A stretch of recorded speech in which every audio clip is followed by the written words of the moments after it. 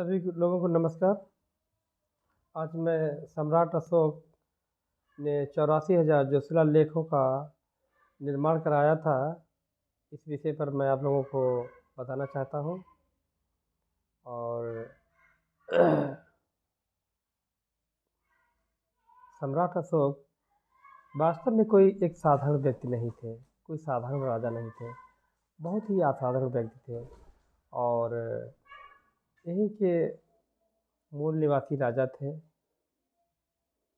और किताबों में लिख के मिलता है शूद्र जाति में आते हैं। तो ये भी देखा है कि उनकी माँ जो थी ब्राह्मण परिवार से थी, सुभद्रांगी इनका नाम था, सुभद्रांगी। और काफ़ी योग्य राजा हुए हैं, इसलिए राजाओं के राजा कहे जाने वाले सम्राट कहे जाते हैं। पूरे विश्व में जिनकी ख्याति हो उसे हम चक्रवर्ती कहते हैं। ऐसे ही चक्रवर्ती सम्राट अशोक कहे जाते हैं। और जिन्होंने बौद्ध धर्म को पूरा विश्व धर्म में बदल दिया हो, और देवताओं को प्रिय कहे जाने वाले प्रियदर्शी कहे जाते हैं। उन्होंने पत्थर किताब का आविष्कार कराया था ताकि लोग उनको कभी भूले ना, उनको नहीं बल्कि उनकी किताबों उनके विचारों को न भूलें। आने वाली पीढ़ी, आने वाले लोग, उनके पोता प्रपोता उनके अनुसार शासन चलाएं। इतना वो धर्म में व्यस्त हो गए थे, इतना धर्म के प्रति वो अनुयायी हो गए थे। मुझे ऐसा एहसास हो रहा है कि जितना बुद्ध को समझने वाले, बुद्ध की रास्ता चलने वाले सम्राट अशोक हुए हैं, इतना कोई और राजा नहीं हुआ है। सम्राट अशोक का जब मैं इतिहास पढ़ता हूँ तो उसमें मुझे मिलता है कि उन्होंने 41 साल तक शासन किया, बिना तलवार के बल से, बल्कि पूरे धर्म के आधार पर और करुणा के आधार पर, करुणा के बल पर, दया के बल पर किया है उन्होंने। अब फिर क्वेश्चन ये आता है कि उन्होंने कलिंग पे जो युद्ध किया उसमें लाखों लोग मारे गए थे, लेकिन कलिंग के युद्ध के पहले ही 4 वर्ष पहले ही उन्होंने बौद्ध धर्म ग्रहण कर लिया था। लेकिन फिर क्यों उन्होंने युद्ध किया? इससे लगता है कि उन्होंने इसलिए किया था क्योंकि राजा के भी एक कर्तव्य बनता है कि अपनी सीमाओं को आगे बढ़ाए, और एक गरिमा होती है, राजा की एक ड्यूटी होती है। इसी के उद्देश्य लेके उन्होंने उनको जो सबॉर्डिनेट होते हैं, अधीनस्थ जो होता, सेलेक्ट नहीं, चुना नहीं होगा, माना नहीं होगा, जो कलिंग के राजा थे। इसलिए उन्होंने कलिंग पे युद्ध किया था, क्योंकि कलिंग पे युद्ध करने के लिए इनके जो बाबा थे, परदादा थे, जो बिंदुसार के तो फिलहाल ये लड़के थे, बिंदुसार, और बिंदुसार के जो पिता थे चंद्रगुप्त मौर्य, इन्होंने लोग बहुत प्रयास किया कलिंग को अपने में मिलाने के लिए, कलिंग पर युद्ध किया, लेकिन कभी सफल नहीं हुए। तो शायद उन्हीं का सपना पूरा करने के लिए इन्होंने कलिंग पे चढ़ाई की हो।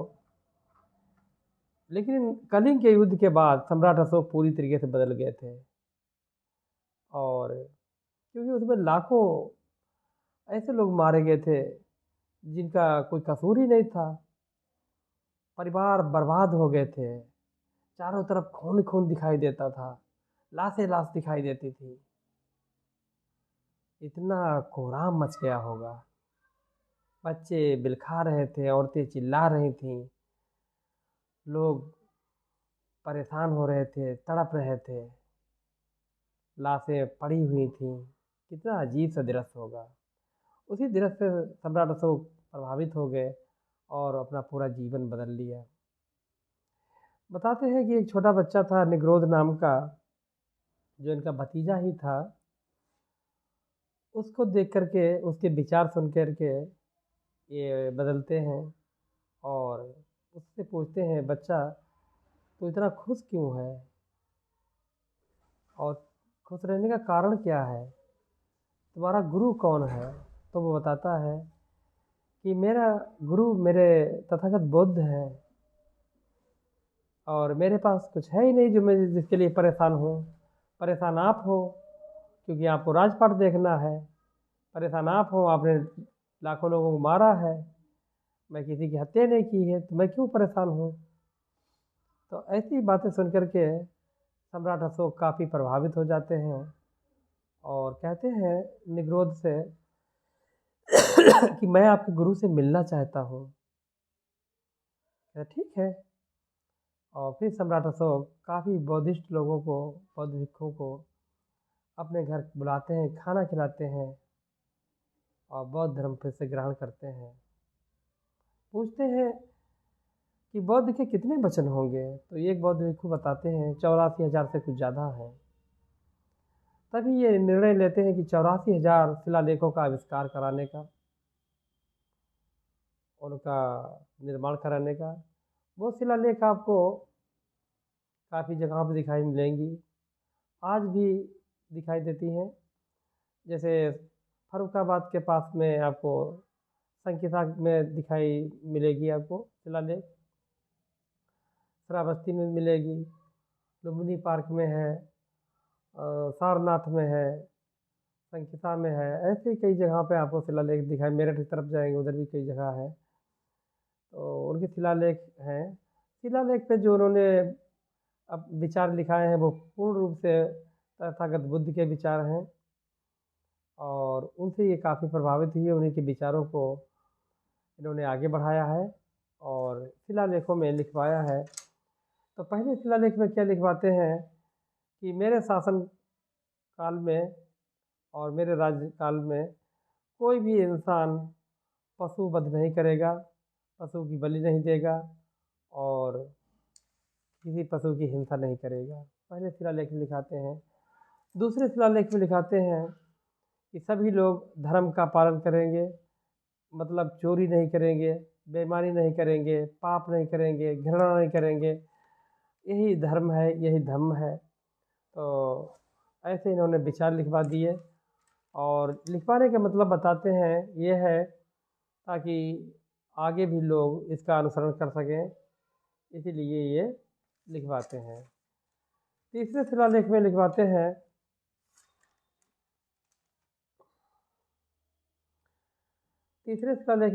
हैं मनुष्य अपने अच्छे कर्म जब करता है तो मन ही मन खुश होता है कि मैं अच्छे काम कर रहा हूँ। जब बुरे काम करता है तो अपने आप में उसका मंथन या मनन नहीं करता है, जबकि उसे करना चाहिए। ये शिलालेख में लिखाते हैं।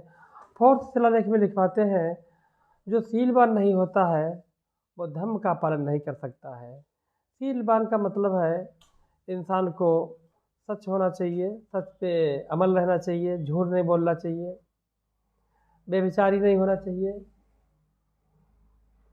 चोरी नहीं करना चाहिए, चालाकी नहीं करना चाहिए और नशीले पदार्थों का प्रयोग नहीं करना चाहिए। ये शीलवान व्यक्ति की पहचान है।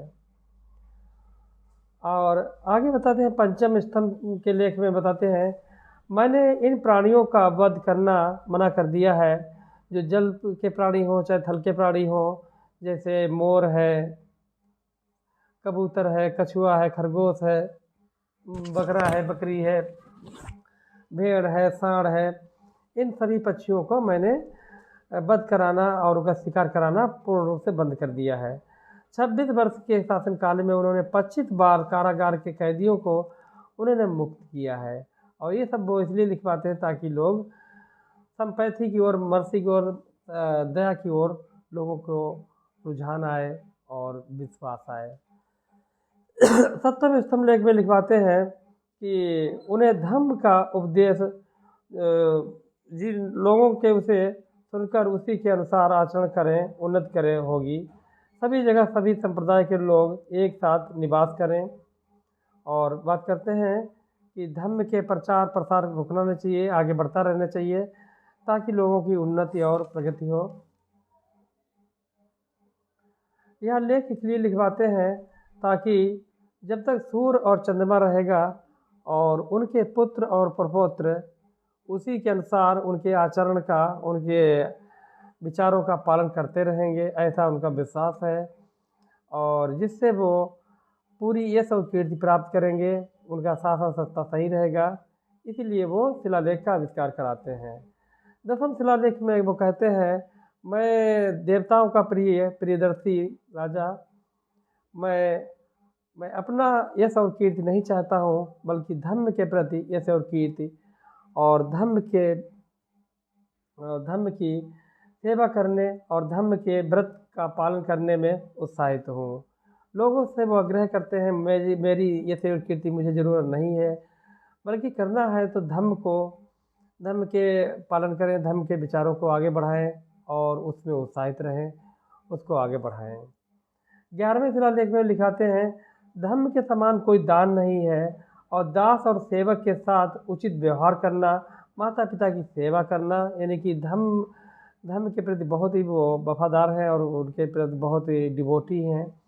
इसीलिए कहते हैं धर्म का यही कर्तव्य है कि माता पिता की सेवा करना, बूढ़े लोगों की सेवा करना और किसी को कष्ट ना पहुंचाना, अपने दोस्तों को, अपने परिजनों को, अपने पड़ोसियों को किसी प्रकार से छल कपट ना करना, किसी के साथ में बेईमानी ना करना, कभी किसी के साथ में लालच ना करना, यही शिलालेख में लिखवाते हैं। 13वें शिलालेख में लिखाते हैं, धर्म की विजय ही सबसे मुख्य विजय है। धर्म की विजय ही सबसे मुख्य विजय ही तथागत बुद्ध भी अपने विचारों में कहते हैं, इसी तरीके से कहते हैं। उसी का ये चेंज किया गया है कि अपने सबसे बड़ा विजेता वो है जो अपने आप को जीत लेता है।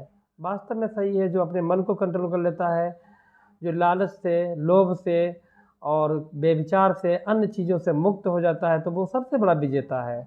उसी प्रकार से सम्राट अशोक के शिलालेख में मिलता है लिखा है कि धर्म की विजय ही सबसे मुख्य विजय है। यदि इन चीज़ों से आप परे हो जाते हो, ऊपर निकल जाते हो, तो वास्तव में आपकी धर्म की विजय है और आपकी विजय है। 12वां शिलालेख में लिखवाते हैं, जो अपने संप्रदाय की प्रशंसा करता है और दूसरे संप्रदाय की निंदा करता है, वो इंसान वास्तव में अपना नुकसान करता है।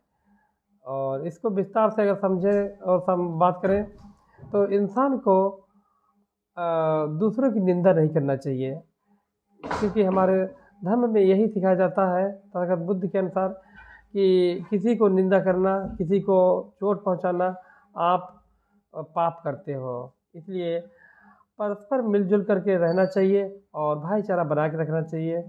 इसी शब्दों के साथ में अपने इन विचारों को और भी इनके शिलालेख के दिए हुए हैं और काफ़ी महत्वपूर्ण हैं, अपने जीवन में उतारें। धन्यवाद।